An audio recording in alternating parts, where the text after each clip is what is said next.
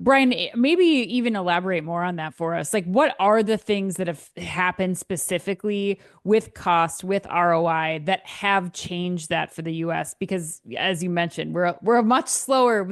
The benefit really needs to be there for us to move forward here in the US beyond, just sustainability as European countries are more likely to move forward with something like this. So, what are those things that really pushed the US over the edge, or Walmart in this case?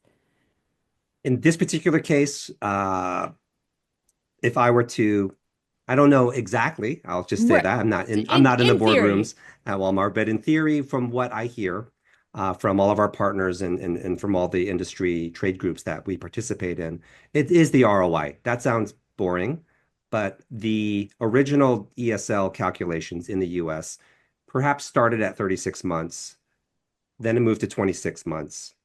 Then it moved to 18 months. And at the beginning of 18 months, kind of return on investments. So if you're Yeah. going to spend, and I've heard this many times from retailers, if we have 150 million to spend, Hmm. do we want to spend that on buying out all the ads of Sunday newspapers and a few commercials and billboards and getting the name out there for promotions? What's the return on ad spend there to revenue Yeah.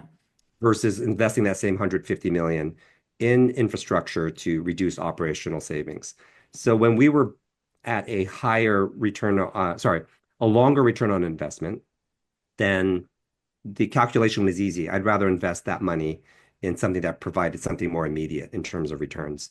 Then we started hearing 14 months, and then we started hearing 12 months. I don't think anyone will admit to 12 months.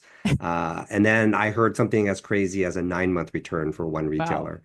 So Yeah. if you have $150 million to invest as an organization, and you see a technology that can have a 9-month ROI or even a 12-month ROI, it almost becomes a no-brainer. So I think that is really what the tipping point has been for retailers.